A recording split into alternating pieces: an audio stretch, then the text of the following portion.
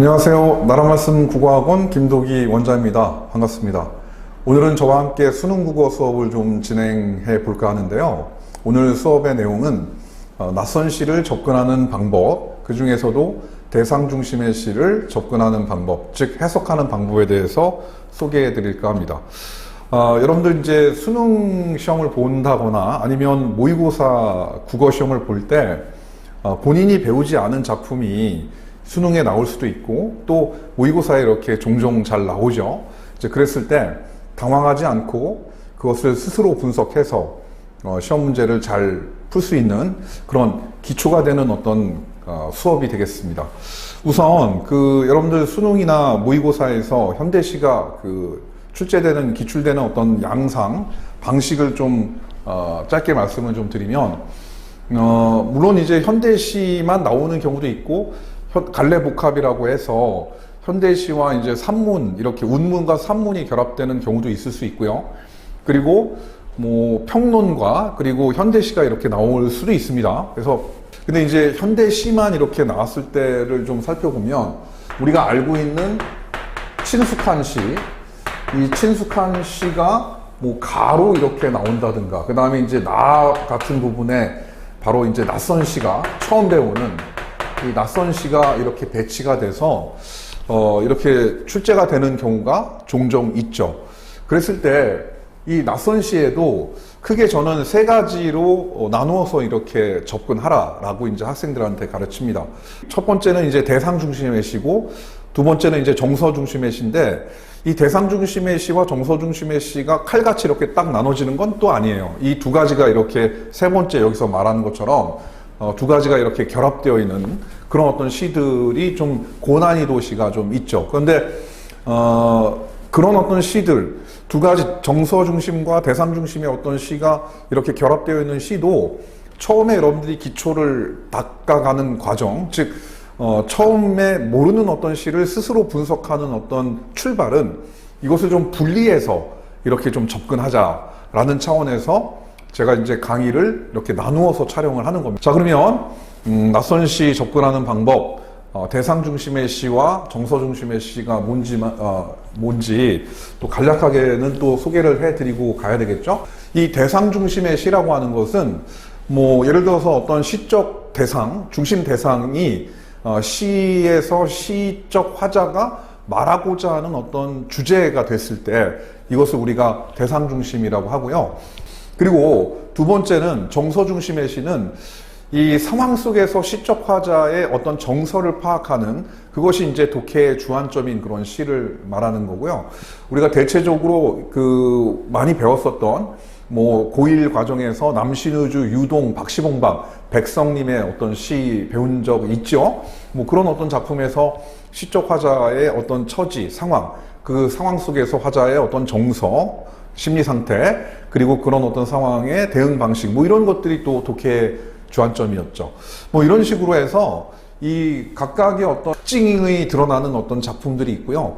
그것이 사실은 결합되어 있는 어떤 작품들이 더 좀 어렵고 좀 더 많죠. 자, 그러면 오늘은 대상 중심의 시인 낯선 시 접근 방법에 대해서 배워보도록 하겠습니다. 낯선 시가 나오면 이것이 대상 중심의 시든 정서 중심의 시든 반드시 먼저 확인해야 될 것은 바로 제목과 그 다음에 작가입니다. 물론 우리가 그 작가에 대해서 기본적으로 모르는 어떤 작가가 나올 가능성도 있지만 처음 배우는 어떤 시이지만 그 작가가 친숙한 어떤 시인일 수도 있어요. 그러니까 여러분들 윤동주님의 병원이란 어떤 작품도 배운 사람이 그렇게 많지 않을 겁니다. 그러면 우리가 이런 어떤 낯선 시, 윤동주님의 병원이 나왔을 때 작가를 확인해서 이 윤동주님의 전기론을 배경지식으로 활성화하고, 그리고 이 제목이 병원이기 때문에 이 병원에 대한 어떤 사전적인 의미, 이런 것도 한번 생각을 한다면 작품에 대해서 우리가 좀 더 예측을 할 수 있는, 완전히 생소하게 어떤 작품을 읽는 것이 아니라 나름대로의 어떤 예측한 내용을 바탕으로 이 시를 접근하게 될 수 있거든요. 이제 그래서 반드시 어떤 시를 봤을 때는 대체적으로 하단에 나오죠. 작품이 먼저 나오고 작품 하단에 작가와 제목이 나오는데 그것을 꼭 확인해 줬으면 좋겠습니다. 자, 두 번째는 시적 화자와 중심 대상 그리고 청자를 확인하는 게 두 번째 이제 접근 방식입니다. 시적 화자는 근데 대체적으로 작품에서 이제 말하는 사람이 시적 화자죠. 그런데 우리가 대상 중심의 시에서는 시적 화자가 작품 안에 없고 작품 밖에 있는 경우가 종종 많습니다. 그래서 이제 그 작품 밖에서 대상에 대해서 이렇게 그 대상이 어떤 특성들을 가지고 있는지를 이렇게 소개하는 어떤 작품들을 본다면 대체적으로 작품 안에 화자가 등장하진 않죠. 여러분들 산유화라고 하는 작품이 있어요. 그 김소월님의 산유화가 있는데 거기에서 보면은 뭐 산에는 꽃이 피네 꽃이 피네 가을봄 여름 없이 꽃이 피네 뭐 이런 식으로 해서 시가 전개되는 작품 속에서 보면 시적 화자는 그 산 속에 있지 않습니다.